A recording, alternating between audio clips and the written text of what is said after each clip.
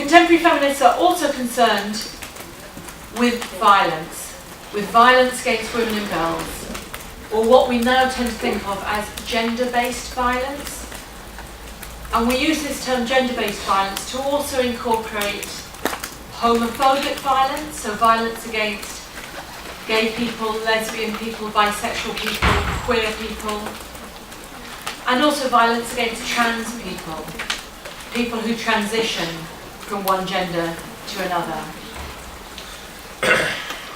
So contemporary feminists are concerned, as you would expect, about violence against women, and especially rape and sexual abuse. So some of the issues that are happening in the media just now about Hollywood, about the UK Parliament, are absolutely at the concern of contemporary feminists. And increasingly, we're paying attention to gender-based violence in universities as well.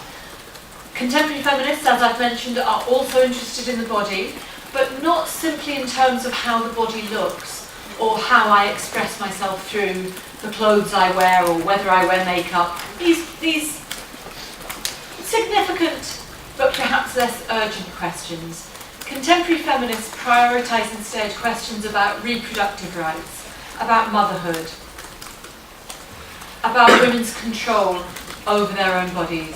So we've seen campaigns, for example, to legalise abortion, to protect legalised abortion, to give women access to the medication that enables them to control their reproduction.